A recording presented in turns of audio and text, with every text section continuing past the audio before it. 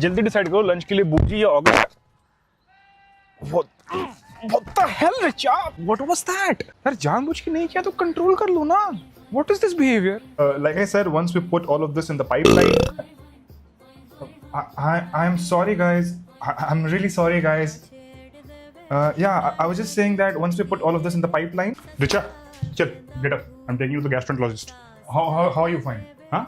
गाड़ी में बैठ के तुम फाट कर दे रही हो, मेरी मीटिंग चल रही है, उसके बीच में तुम राक्षस की तरह बर्प कर दे रही हो, and you're fine. और फिर तुम मुझे बोलती हो that I'm not loving you the same anymore. Do you even realize तुम्हारी इन सब हरकतों की वजह से I'm losing attraction towards you? मेरे जो 55 साल के खालू है ना, वो करते हैं ये सारी हरकतें। ये चटर पटर खाओगी, मटरी पटरी पता नहीं क्या क्या, तो यही होगा ना। Just get up and get ready.